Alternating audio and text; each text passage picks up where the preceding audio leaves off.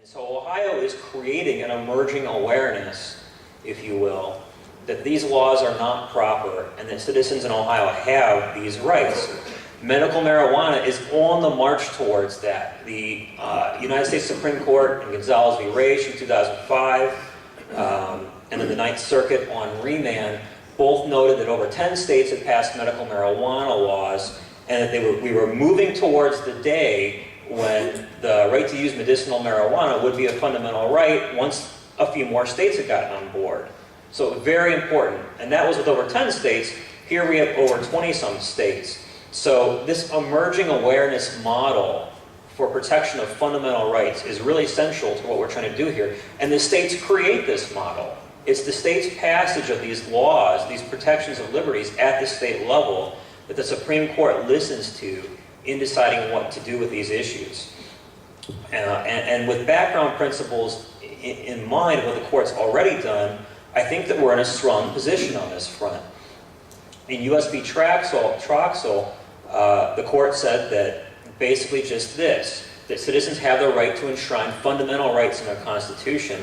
And in that case, what the court did was strike down the attempt of the state to regulate choices of health care for one's children. So if you're a parent, you have the ability to control the health care decisions of your child. You have a fundamental right to do that. And that's essentially what we're arguing for here, is you also have a fundamental right to control your own health care decisions. And that's ultimately what this is about. The reason this is a fundamental right is because this isn't just about dollars and cents, right? This is about what kind of insurance you're going to have to buy, how much it's going to cost, how much is left over for you to get other kinds of health care that you may actually want or need. Your insurance companies require hair samples, urine samples, all kinds of poking and prodding that you'll be submitted to in order to get that insurance. And then they limit the number, the type of doctors that you can see, directly infringing upon the patient-doctor relationship, which has been held to be really key to that scope of a privacy right by the United States Supreme Court. So all of these things are infringed upon by a mandate, and these are things that the United States Supreme Court has already taken note of. We'll take notice of them more once we explicate that protection. So the 14th Amendment is very important. And in fact, a term limits case. How do you remember the term limits movement? We had that in Ohio. Anybody work on the term limits movement in Ohio in the 1990s? So you guys are all Johnny-come-latelys. You're all like reformed Bush voters, right? No, nobody was doing this in the 90s.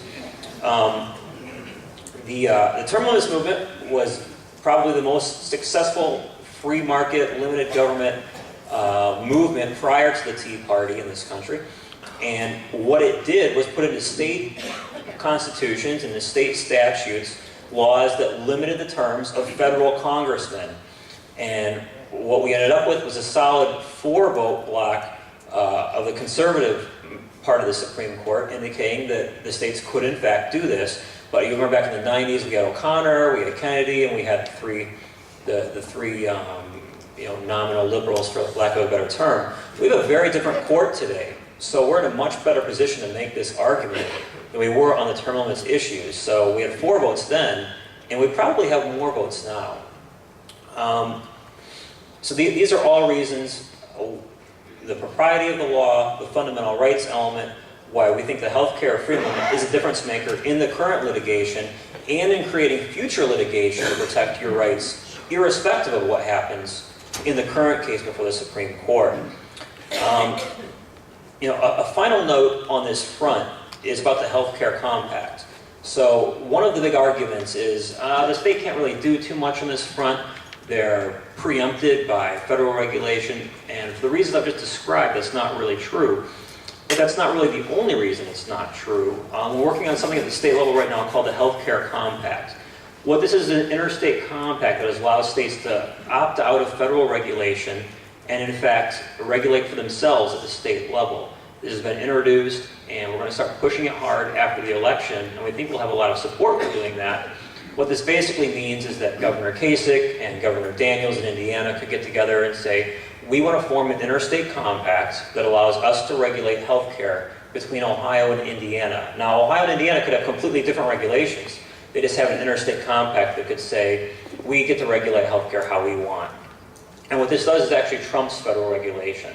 So these are used all the time, especially for criminal laws and comedy, returning a criminal from one state to another where he committed the crime. So these are common, but this is another tool we have in our chest for after the election to really make the Healthcare Freedom Amendment as effective as possible, to make it stick as much as possible. And then finally, what I want to do is leave as much time for questions, because these topics, I have all these case quotes here, and I've tried to avoid using them in speaking to you about this topic, which makes it even harder sometimes than might otherwise be. So I hope I've done a relatively adequate job.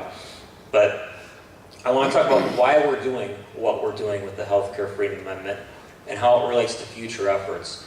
The Healthcare Freedom Amendment is extremely important in and of itself, but it's really part of a 3 to 5 year plan to ramp up our use of ballot issues to advance liberty in Ohio. I've spoken to some of you about this a little bit before, but the initiative and referendum process was given to us in the 1912 Constitution in Ohio.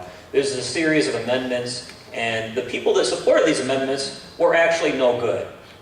Teddy Roosevelt, William Jennings Bryan, all these people came to Ohio and advocated for direct democracy, the idea that we need an initiative and referendum, and it needs to be robust. Recall, they looked at in other states, we don't have recall in Ohio. And what we've seen over the last 100 years, come next year, of the initiative and referendum in Ohio, is this is a tool that's been captured by special interest groups. Casinos, American Cancer Society, Humane Society of the United States, and the list goes on and on. In other words, it's very expensive to run an initiative, a statewide initiative, to gather all the signatures, and then to get the thing passed. So for years, we've seen special interest groups push their own agendas, which typically dampen freedom rather than allow it to grow. What we're trying to do at the 1851 Center is to breathe life into the initiative and referendum process from a limited government perspective. And with all of you, we found the perfect dancing partner to do this, right? So we've reached a special time in American history where something called the collective action problem has been solved. And this is the notion that, whether it's a union, whether it's any other particular special interest, if there's a pool of money in Columbus, say it's $1 billion, say it's the Ohio School Facilities Commission. In fact, let's use that example because it works with everything anyway. So the Ohio School Facilities Commission builds schools throughout the state of Ohio. Well, who loves school buildings to be built more than anybody? Union construction trade unions. Right.